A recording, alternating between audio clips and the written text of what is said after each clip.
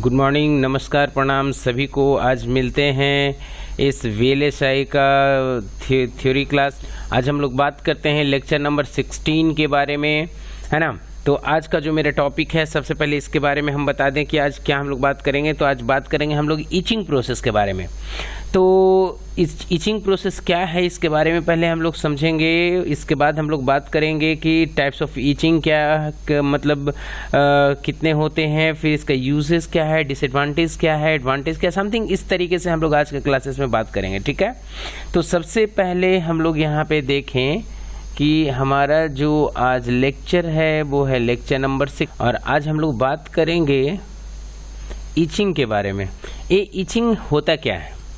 ये ईचिंग एक प्रोसेस है, मतलब मेटल रिमूव करने का उस सिलिकन पे, मतलब जो हमारा सिलिकन का जो सबस्ट्रेट है उस पर से, ठीक है ना। तो ये डिफरेंट मेथड्स होता है मटेरियल, मतलब मेटल को रिमूव करने का सिलिकन के ऊपर से। फाइन। ये वेट ईचिंग होता है, ड्राई ईचिंग होता है, मतलब कुछ ऐसे मेथड्स हैं जिसमें हम लोग उसको मतलब जैसे कि मतलब ड्राई में हम लोग जैसे केमिकल वेपर डिपोजिशन हो गया, तो इसके थ्रू भी हम लोग मेटल को रिमूव करते हैं। वेट ईचिंग भी हो गया, मतलब कुछ केमिकल्स को मतलब उस मेटल पे हम लोग गिराते हैं जिससे कि वो रिएक्ट करके वो वहाँ से मतलब उसका जो सॉलिबिलिटी है वो डिक्रीज करता है, जिसकी वजह से उसको वहाँ से रिमूव करना मतलब काफ़ी आसान हो जाता है ना। तो मतलब इस तरीके से हम लोग क्या करते हैं कि मेटल को उस सबस्ट्रेट के ऊपर से हटाते हैं, जिससे कि हम उसको एक सर्टेन शेप दे पाते हैं, राइट। तो इसी चीज़ के बारे में आज हम लोग बात करें कि ईचिंग है क्या। तो इसको सबसे पहले हम यहाँ पे लिखते हैं। तो यहाँ पे लिखिए कि the term itching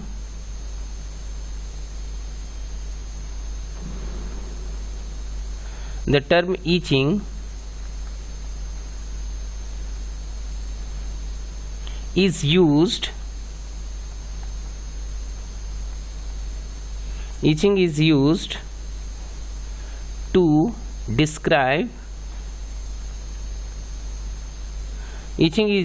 to describe all techniques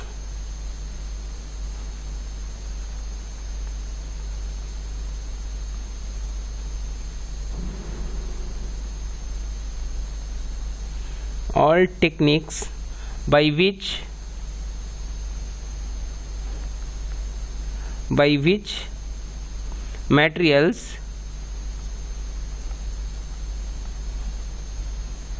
which materials can be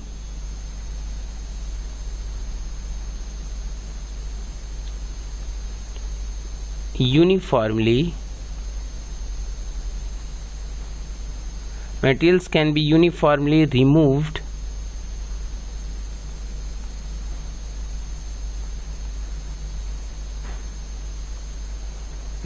from a wafer, ठीक है ना। मतलब ईचिंग एक ऐसा टेक्निक है जिसके मदद से हम लोग सबस्ट्रेट के ऊपर से मटेरियल को यूनिफॉर्मली रिमूव करते हैं, है ना। इस प्रोसेस को हम लोग बोलते हैं ईचिंग, राइट। और ये जो हमारा ईचिंग है ये हमारा मतलब डिफरेंट टाइप्स का होता है। तो यहाँ पे हम लोग लिख सकते हैं कि there are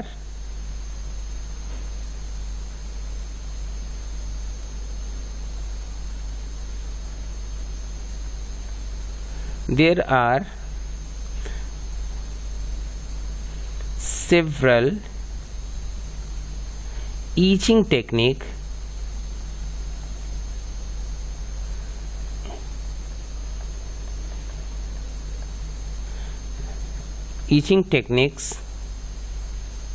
there are several etching techniques। अब वो etching techniques क्या क्या है? तो फर्स्ट नंबर में यहाँ पे लिखते हैं wet chemical etching.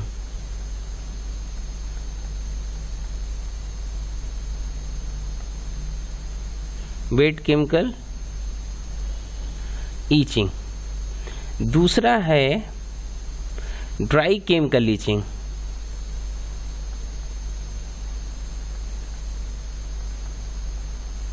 Dry chemical etching, and third है reactive plasma itching.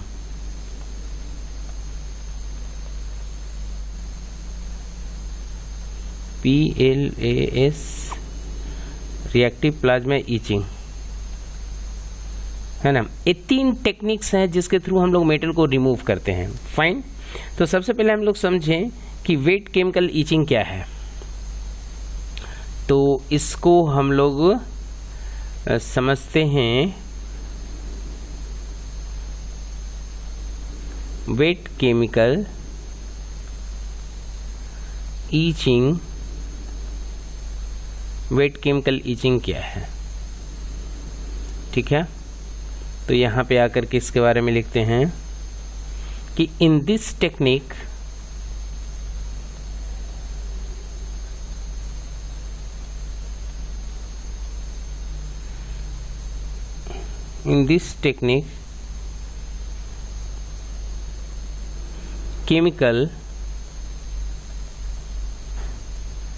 chemical are used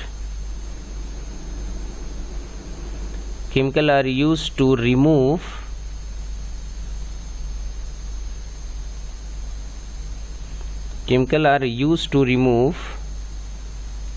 the contaminated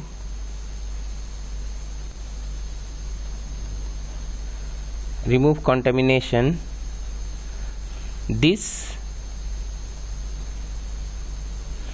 type of etching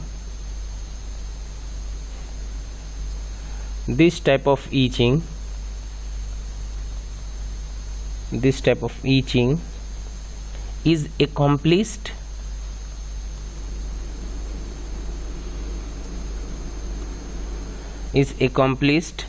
by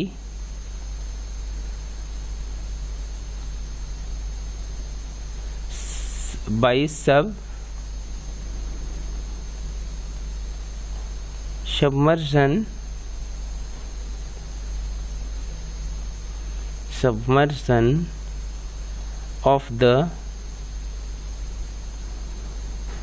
wafer in an acid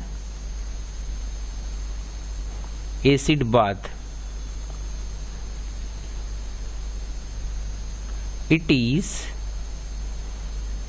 It consists of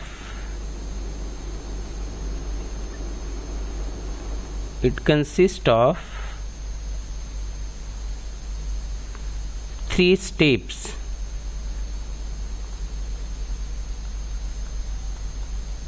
It consists of 3 steps. First step क्या कहता है? Transport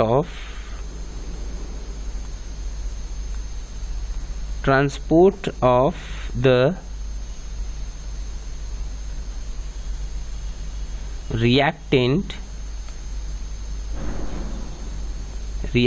to the surface.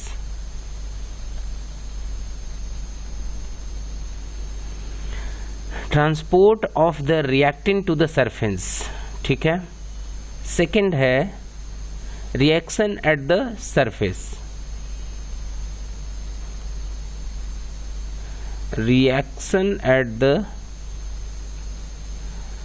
Surface, and third है movement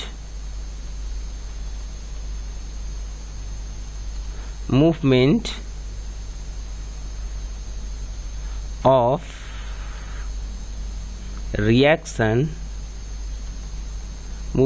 reaction products into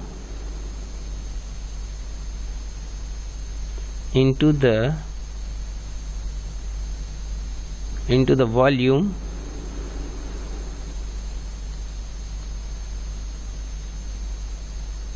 of agent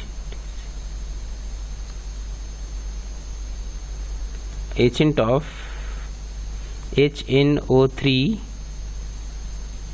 and HF in water और acetic acid, ये 3 steps हम लोग करते हैं इस वेट केमिकल इचिंग को परफॉर्म करने के लिए, राइट। तो इससे हम लोग जब आगे चलते हैं तो इस प्रोसेस को समझते हैं। अब यहाँ पे लिखना है क्या कि the overall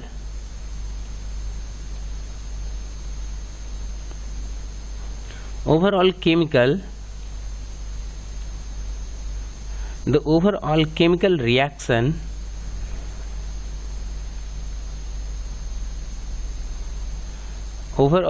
reaction is as follows।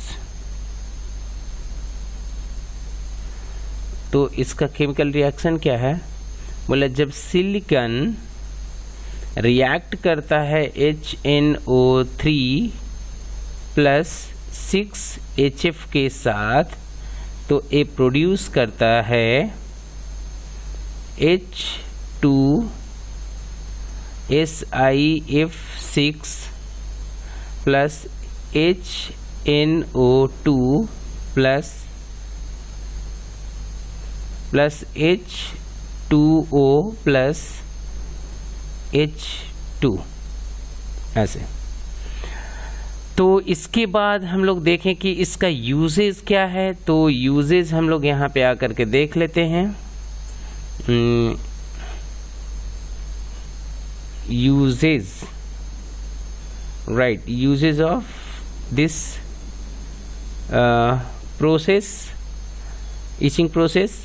तो फर्स्ट में इसको लिखते हैं, इसका यूजेज कि used for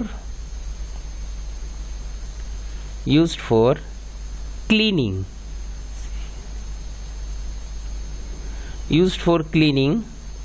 of silicon wafer, silicon wafer को क्लीन करने के लिए। दूसरा क्या है, used for selective etching of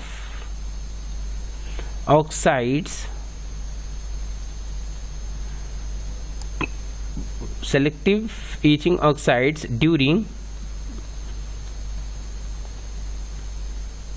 during photolithography।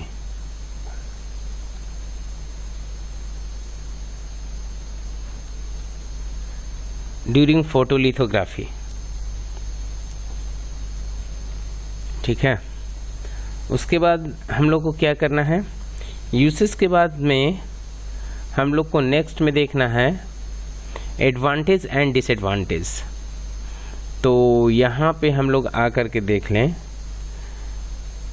Disadvantages.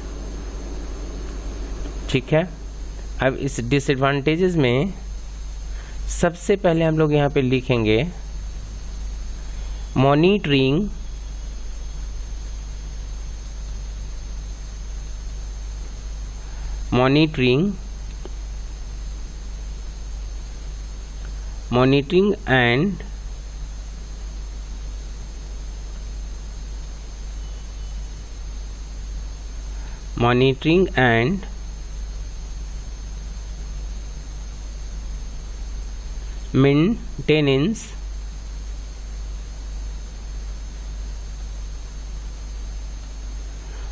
and maintenance of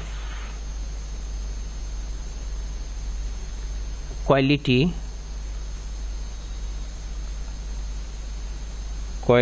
of chemical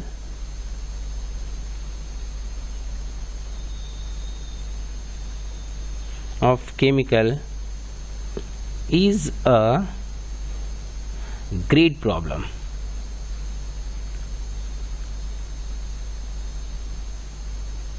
है ना।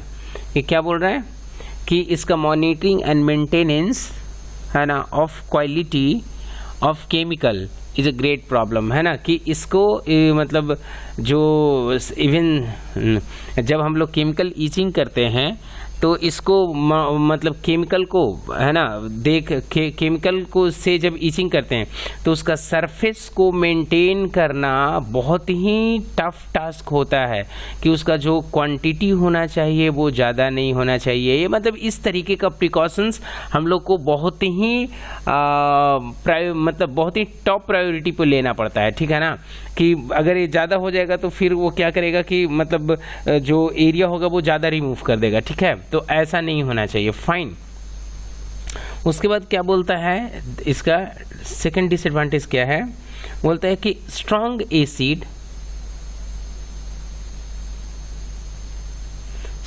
Acid and volatile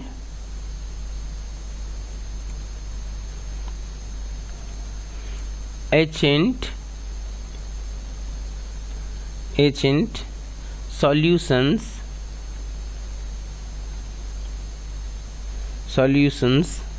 are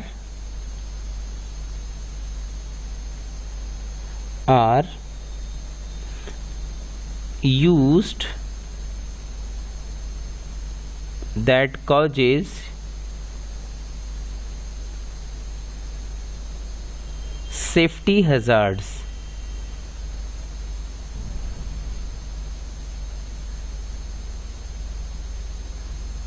that causes safety hazards. ये दो इसका मतलब डिसएडवांटेज है। क्या बोलता है कि strong acids and volatile agent solutions are use that causes safety hazards, क्योंकि इसमें क्या है ना कि हम लोग जो यूज़ करते हैं इसमें मतलब वो एसिड होता है वो बहुत ही स्ट्रांग होता है, बहुत ही वोलेटाइल होता है, मतलब उसका बहुत ही फ्रिक्वेंटली वो अपना जो फॉर्म होता है उसको वो चेंज कर लेता है, राइट। तो इसको यूज़ करते टाइमिंग में हम लोग को बहुत ज़्यादा मतलब प्रिकॉशंस और सेफ्टी का ज़रूरत होता है, राइट। तो आज का क्लासेस हम लोग इसी टॉपिक के साथ जस्ट इसी पे यहीं पे फिनिश करते हैं और मिलते हैं हम लोग अगले क्लासेस में। इसी का जो बचा हुआ पोर्शन है उसके बारे में हम लोग बात करेंगे।